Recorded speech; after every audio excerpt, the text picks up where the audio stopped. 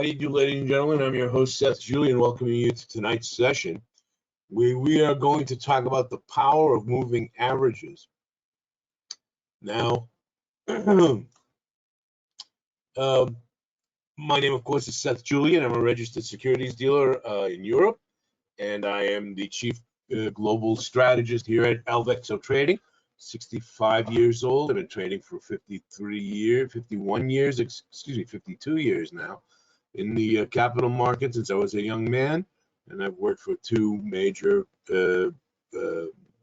financial houses in my career. I worked for Bankers Trust Company when I started on Wall Street, and I'm here at Alvexo today.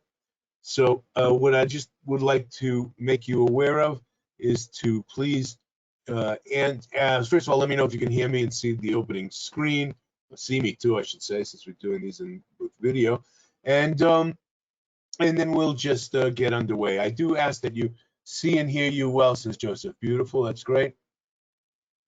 What I do want to remind you of is you please ask to speak or ask your questions directly in real time, because it just makes it more of an interesting, it makes it more interesting for everybody, I believe, when there's a dialogue. Good evening. Please, last trading, organize your trading setup. You didn't show, so when you are having trading about that. Good evening, Mr. Alex. I'm not Mr. Alex, first of all, Francis.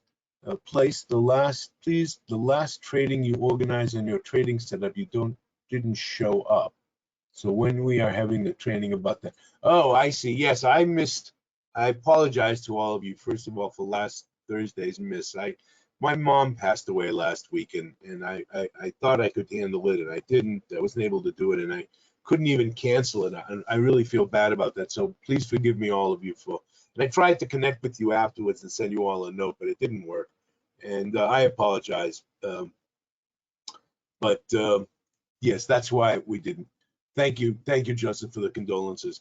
It wasn't a tragedy. My mom was 92 years old, and she had lived a full life and died fairly peacefully, really.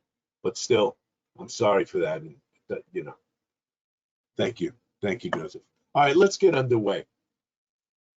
Now, this is a simple session tonight. It's not going to be complicated. We don't need to do a lot of notes. It's not even going to be that long and drawn out. Thank you, Francis. Thank you all. It's a simple session on moving averages and what they do and why they're important. And I use them in my trading just to show you a chart, if I can at the moment. Well, I won't. I'll show you. I can show you later on. Here, this is a standard chart I use. And you can see, and for the purposes of tonight's session, I also I use the 20-day, the 20, the 50, and the 200 moving average. And I drew for you also lines. These are exponential moving averages, and I drew you these simple moving averages also, just to show you the difference. So I use them regularly. I don't have a technical indicators stuffed chart. It's fairly lean. I don't really rely on technical indicators all that much, but the moving average is ever present on my screen, and we're going to come to the reason for that in a moment. So let us begin. There we go. Moving averages are technical indicators that investors often use in the capital markets. A moving average, MA, represents the sum of the closing prices of a security over a specific number of periods. Remember, this is simple math. And most of the time in our business, certainly dealing with trading, as a rule, there are notable exceptions, but very few, we use simple four-function math. It's not that complicated, really. And the reason I say that to you is because I don't want you to feel overwhelmed. I realize that sometimes, particularly for newcomers, the trading business can be an overwhelming phenomenon. It shouldn't be. There's no reason. There's just no reason for it. And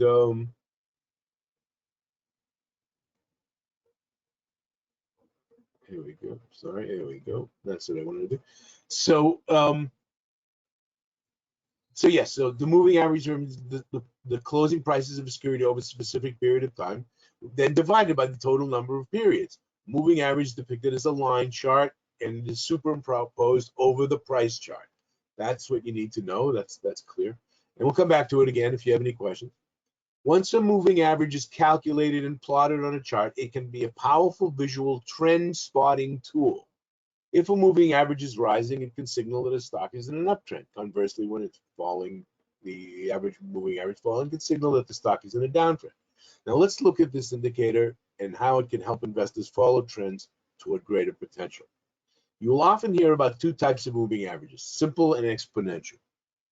Yeah, yes, Bruce, this is being recorded, and you'll all have be sent a link to the recording within an hour or so at the end of the session after the file is processed. The best place to start by understanding is the most basic, the simple moving average, SMA. Moving average is a technical indicator. This is a repeat, actually. It's the sum of the closing prices for a period over a set of number of periods and then divided by the total number of that period. It's an average. Total sum of the data points divided by the number of data points. That's what an average is. Now, a moving average represents all that means is that as a new data point evolves, whether it's on an hourly chart or a momentary chart or a daily or what have you, the first one in that set, if it's a 20-day moving average and we're looking at days, the first day falls out and the last day replaces it, and that's how it works. That's the whole function of the moving average. Using the 50-day and 200-day moving averages represents powerful trading signals in the market. We'll get to that in a moment. Typically, the cross of a 50 above its 200 is a major signal that the stock has begun an uptrend. We'll get to the major signal bit in a moment. Conversely, a stock's 50-day cross below its 200 can signal a downtrend and is often called the death cross. But we'll get to the names and the less than obvious or the more than obvious information sometimes that it gives us. Now, trend lines. There can be no complete understanding of moving averages without understanding of trends. A trend is simply a price that is continuing to move in a certain direction. There are only three real trends that securities can follow. They're going up, which means that they're bullish, going down, bearish, and then a sideways trend, which we call a channel or a range bound. It's obvious. It's not really, it's only trending sideways. That's the important thing to remember about trends is that prices rarely move in a straight line. That therefore, the moving average lines are used to help a trader more easily identify the direction. In other words, when something is volatile, instead of nothing moves like this or down or up. It moves up and down, up and down. The trend line, the moving average, which is a trend line, smooths them out. We'll come to that in a moment. We'll see why that's important. Many traders use moving averages to identify a current trend and as an entry or exit strategy. That's oftentimes what I will use it for. If there's volatility and I'm selling, I want to buy on the an uptick, and if I'm buying, I'd like to buy on a downtick if possible.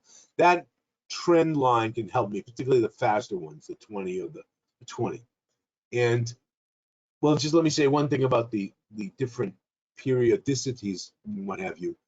One of the beauties of technical indicators is they're true in all time frames. So if I'm looking at a chart and I've got the 20-day moving average, it's a daily chart. If I switch that to 4 hours, it's 24-hour bars. Or if it's 1 hour, it's 20-hour bars.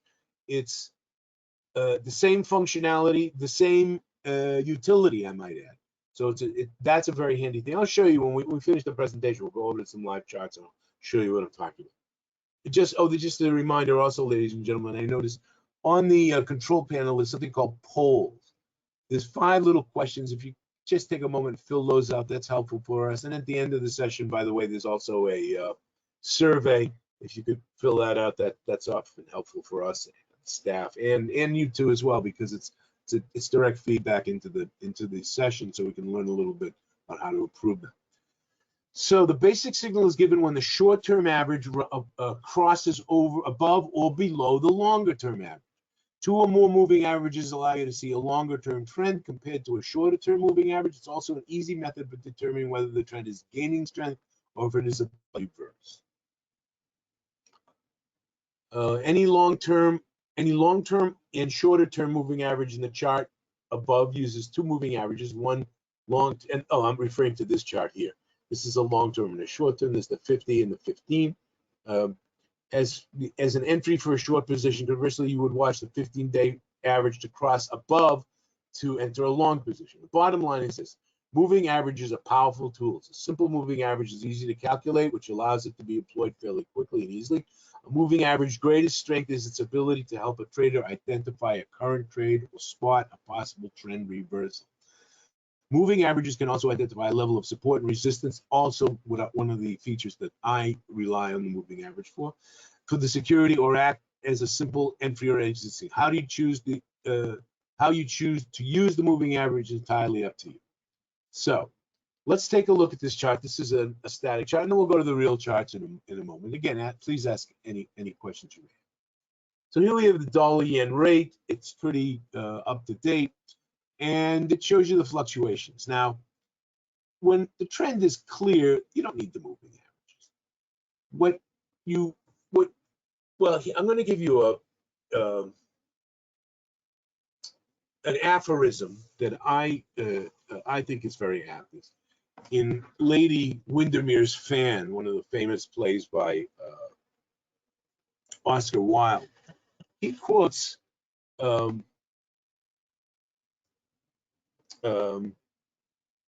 Lord somebody, I can't remember his name, as saying the following thing: a cynic knows the price of everything and the value of nothing. If I tell you, for example, that this price, which is, we'll call it 127.5, the dollar-yen rate, that's the price at that point in time. You don't know if the buyer got a bargain, or the seller overpaid, or the seller under, whatever. You don't know anything about that. All you know is that one transaction occurred at that price. Averaging those prices over time equals value. So you can tell in 20 days, that daily chart, that it is trading above the 20-day value from this point forward. Also the 50-day. So this is a major jump, a real quick jump. And it's still well above the 200-day. Oh, I'm pretending it's a live chart, so that was silly. My mistake. And we'll get to the real charts, and I'll show you different examples of how this can play out. But when it crosses, it's moving. You don't need the trend line to see that it's moving up. And this is true of all indicators. And let me state this again, because I do state this regularly, particularly for the beginners. You should understand that this idea that there's a holy grail of indicators, technical indicators, is nonsense. There's no holy grail. All indicators are comprised of one of these 5 data points. For every interval of time, you generally have 5 data points, although always 4, sometimes 5.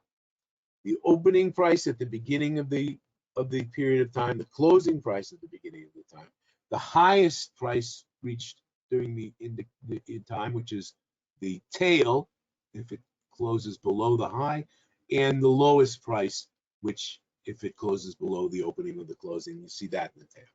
Open, high, low, close, 4 data points, and the 5th data point being the volume that's related to that time interval. That's it. All technical indicators are woven some way or another around or of those 5 data points. That's all there is to it. So if you can see or train your eye to see the trend itself in those data points, you don't need all of these indicators. You don't need any of these indicators. All these indicators do for me or anybody else, frankly, is to give us visual hints when we can't see, or we're too lazy to see, the actual trend in the data. If you remove all these lines and all these indicators, you'll be able to see more or less what the indicators are telling you, because it's made up of those 5 things. For example, the only other permanent indicator in my chart, well, that's not true, it's this one, which is also the same as this, but this is volume on time. This is volume on price. This tells me at this price level how much volume in the total data set visualized takes place at this price. So this, hence, of course, this indicator is called volume on price. it is useful for scalping. It's useful for the same reason this is useful. Volume is a key indicator. Prices are rising on low volume. It means there's not a lot of sentiment behind it. If prices are rising as they are here on above average volume, that tells you there's a lot of sentiment behind it. And there was. This has been a great trade. We'll see if it's a good trade now, but the yen weakness rather against the dollar has been an excellent trade for some time, likely to continue to be so. The force index indicator, which is also a permanent feature, is merely a combination of the distance traveled, that is to say the movement, how much did the price move, and the volume behind it. So we see here a fairly high spike in force index. Price moved fairly well, but the volume was tremendous, so you see a corresponding high spike. That's all there is to it, and this is just an average of the different force index values for each day. That's all there is to it. So, ladies and gentlemen, are there any questions, first of all, about moving averages and simple moving averages and exponential? Irv asked, what is the difference between exponential and simple? That's a good question. I should have covered it. I'm sorry. Good question, Irv. A simple moving average is what I explained before. It's merely the number of data points, in this case 20, in the last 20 days, divided by the total. In other words, the total of each data point, the closing value, excuse me, take all the closing values of the last 20 days and divide them by 20, and you'll get this value on the line. Or this value, I should say. What is the difference between simple and exponential? You do the same thing. You take the number of data points in that set, which is 20, and you divide it by 20. But what you do is you give a slight weighting to the newer data on the assumption that newer data is more valuable than older data. And that's fairly true. So many of us use the exponential moving average as the default because it's slightly more precise.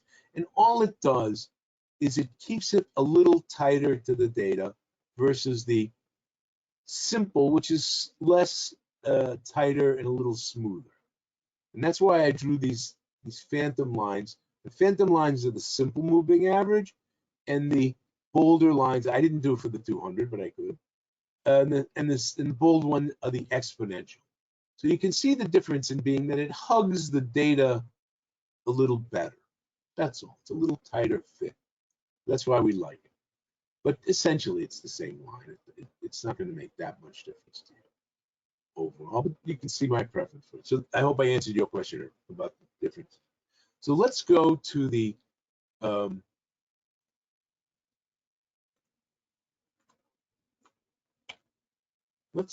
live chart, and I'll show you a little bit about what I'm talking about.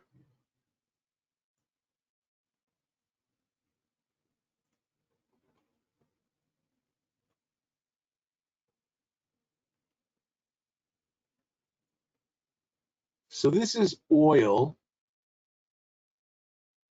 daily chart. Let's look at dollar yen just for consistency's sake. But by the way, this is what I'm showing you here is TradingView, probably the best charting program on earth today, in my opinion. I have a paid account because I just get a few extra, bells and whistles like this chart and a few more indicators. Like all of them, they give you the stripped down one for free, but the stripped down version in this application is quite good. Don't misunderstand. TradingView and this isn't a paid announcement. I'm a client of theirs. They're not a client of ours. So I'm not goosing anything. I have no interest in this other than to tell you that it's a fantastic program and you should avail yourself when you can. So let's go to the currencies. Flip my mistake. And let's take a look at dollar yen. USD. No, where is it? USD JPY. Oh, I see. I've narrowed it down. Okay, USD So you see the trend is still in train. I guess I left off here. This is still a good trade. Now, let's take a look. Let's drill down a little bit. We'll use the old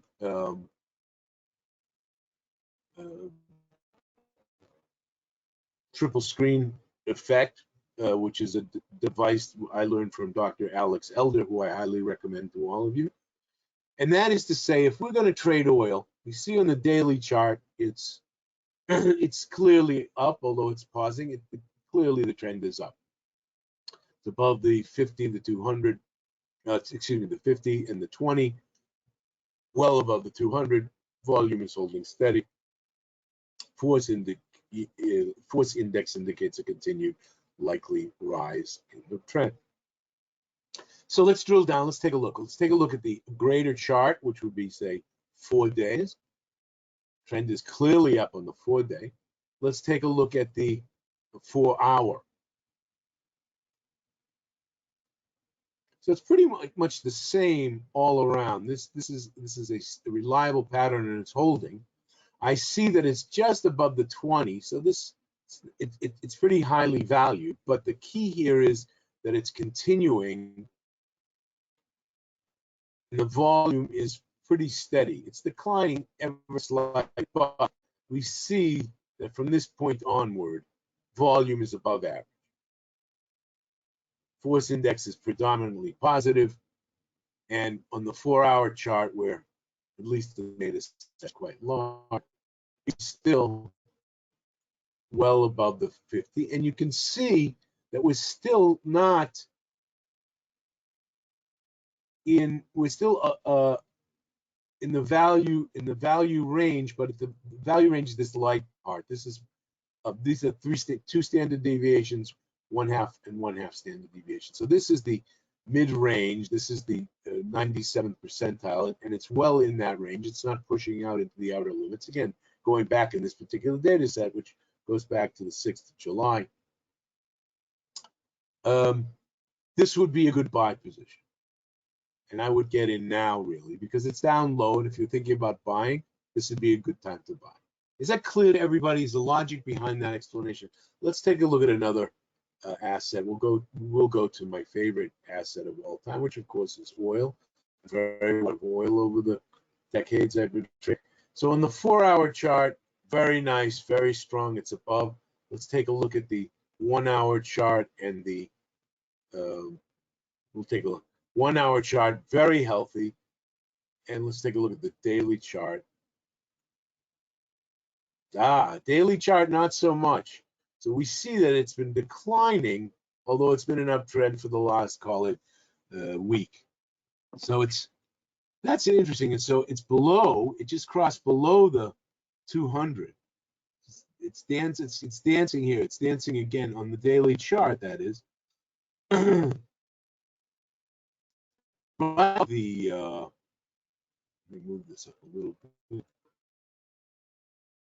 Right at the 200, it's crossed below, and it's fighting there, but it's got a long tail. Hard to say on the daily. The daily does not. Daily indicates, I suppose, a buy, but a cautious one. The 4-hour definitely looks good, and the 1-hour surely looks good.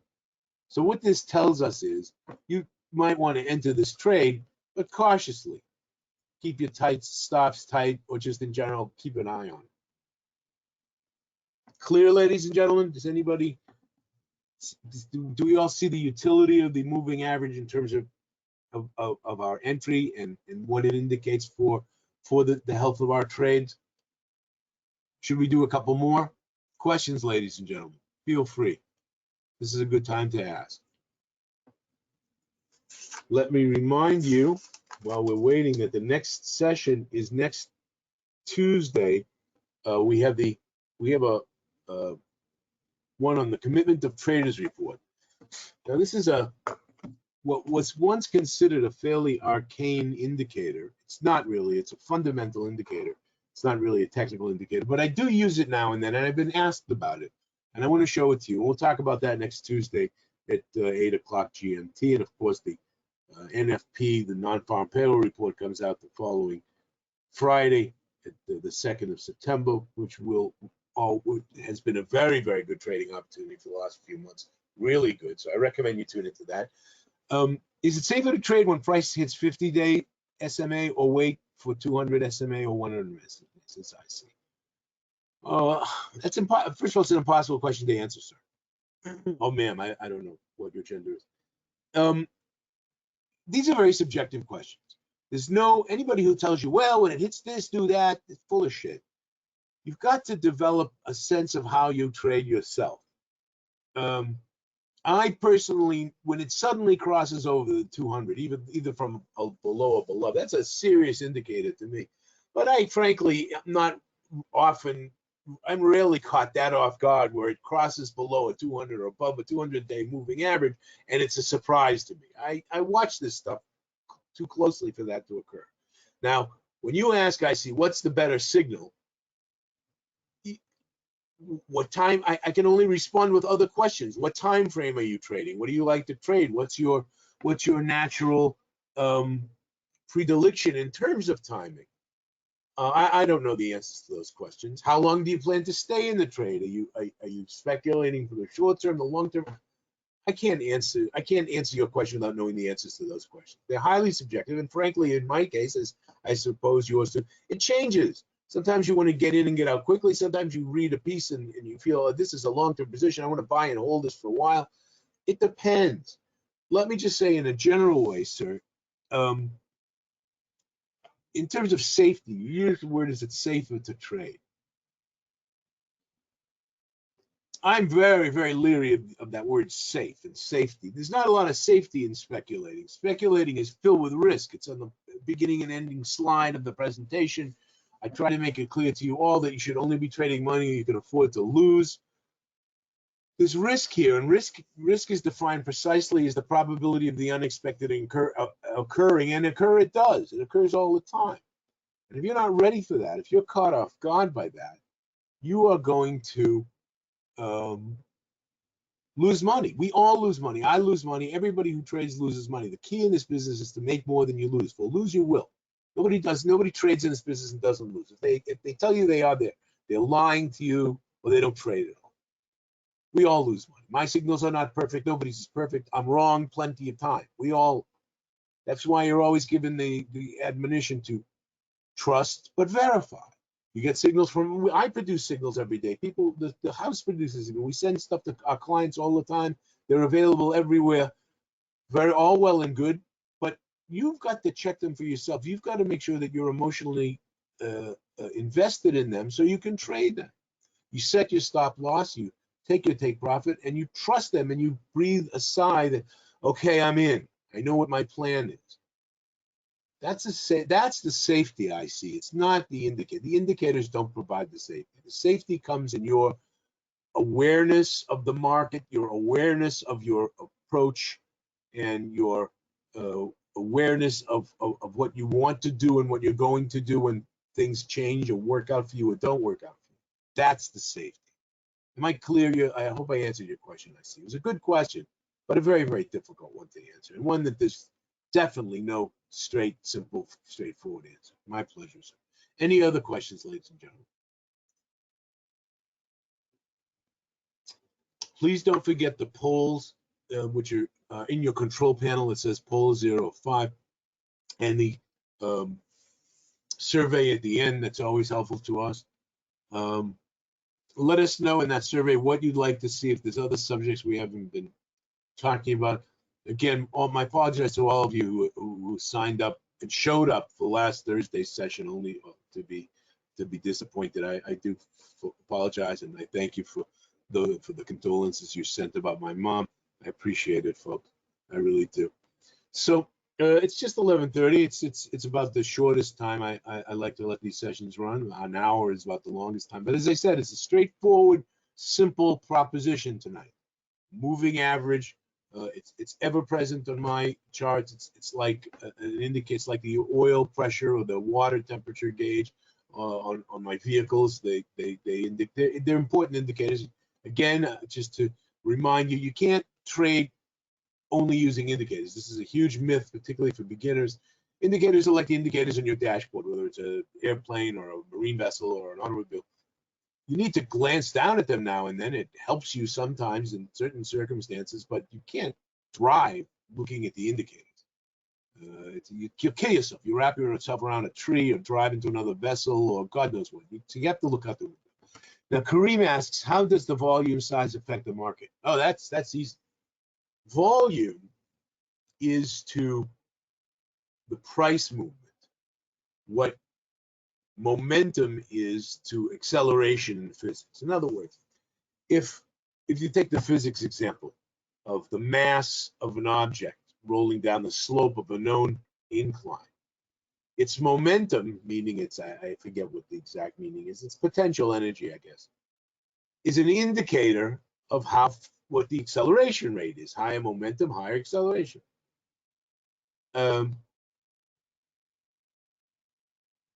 With price, keep in mind, this is not physics. This is basically not basic. This is human emotion as attached to this asset. This is what human beings are valuing this asset at. It changes. There's no absolute value to oil. That's nonsense. Just don't believe the economics that tells you this is the equilibrium price and clearing the market. I mean, it is to some degree, but this is an emotional thing and it's very erratic, okay? Because humans are emotional and erratic creatures. And that's why you have to be aware of this, and particularly aware of that fact and the fact that you're an emotional creature trading amongst emotional creatures, and you're affected emotionally like they are. Complicated enough, it gets a little complicated.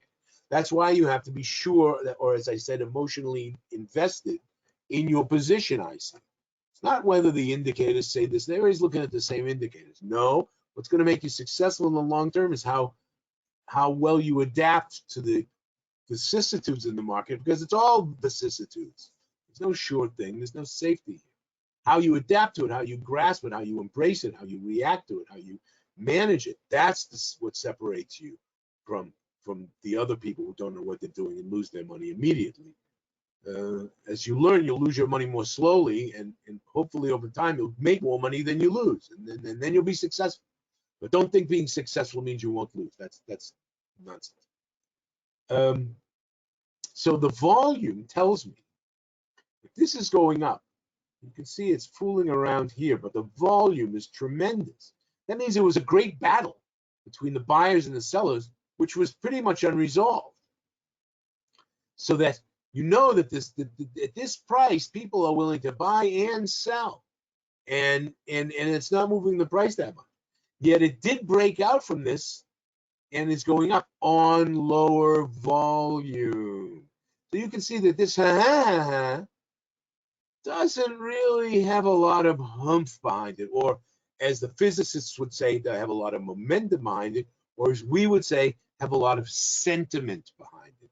We use the word sentiment in lieu of momentum because this isn't really natural science, so we pretend it is with these scientific-looking charts and graphs and Greek letters and all that stuff we use to pretend we're science. It's social science, okay? So this volume tells us the commitment behind it. This just tells us the direction, okay?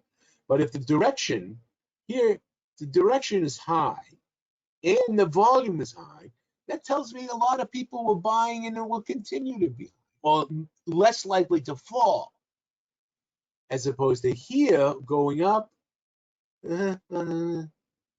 See my point? That's the answer, Kareem.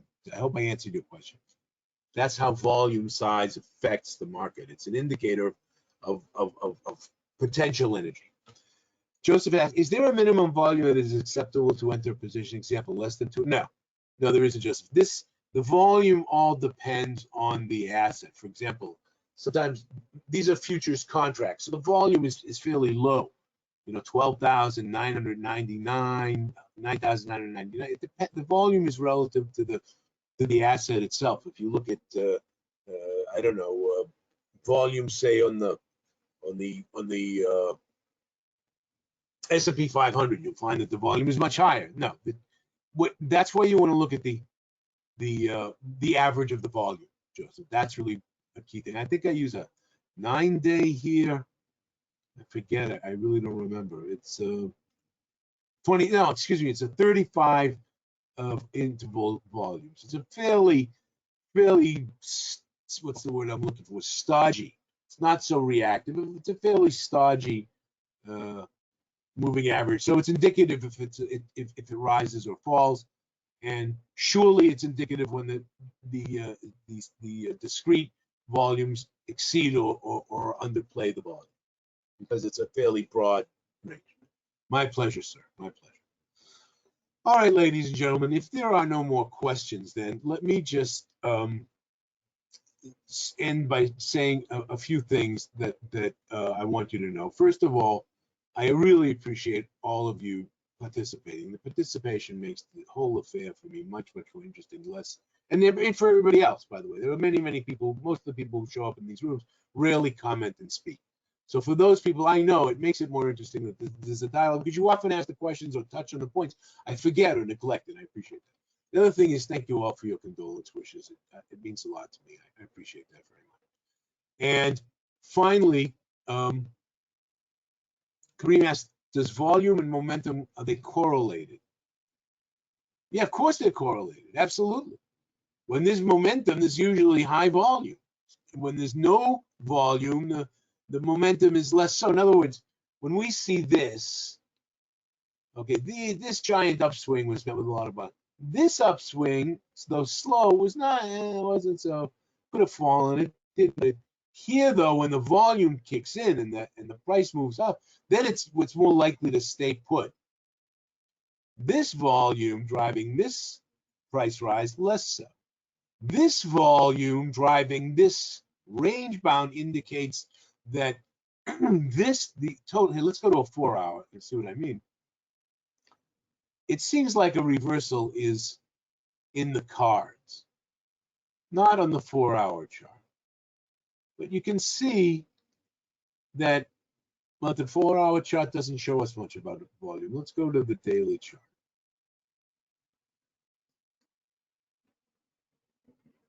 It's below, this rise here is below average. This rise was an above average volume.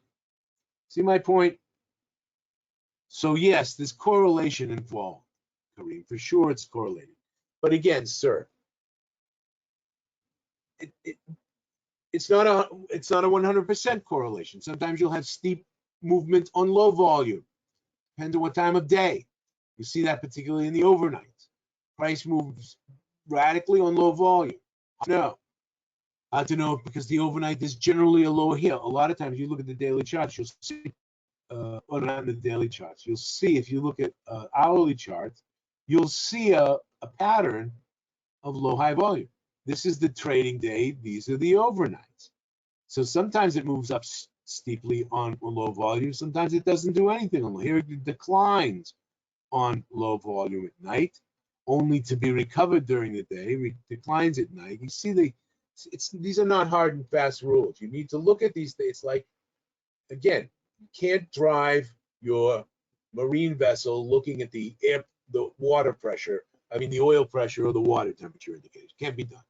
You need to look at them to know where to know how your journey's going, but you can't plan your journey based on the indicators, in my opinion. You know, there are other opinions about this, but I like to understand the fundamentals of the trade before I enter it, look at the technicals to help me time my entry and exit, and leave it at that. So let me say, therefore, ladies and gentlemen, on behalf of the staff and the management, I'm your host, Seth Julian, and we are always here at the house gratified and grateful and humbled by your continued patronage of us as your online broker. And for those of you who tuned in tonight and who are searching for an online broker, please consider opening an account with us. This is the kind of work we present to our people. We work hard for our clients. We're stand-up, upright, straight-shooting brokers. Yeah, we make plenty of mistakes. Okay, we're not right all the time. We don't pretend to be, but we're right more than we're wrong, and that's the sine qua non of success in this business. So I cordially invite you all to open an account with us and begin trading with us, and we do the best we can for you, and that's more than a lot of brokerages do. So, ladies and gentlemen, with that, I'm going to bring this session to a close. We have a session next Tuesday night on commitment of traders reports. And next Friday, of course, the NFP at 12 GMT. Tune in, and we look forward to seeing you. So this is your host, ladies and gentlemen, Seth Julian, wishing you all, ladies and gentlemen, the ability to trade with confidence. Bye-bye for now.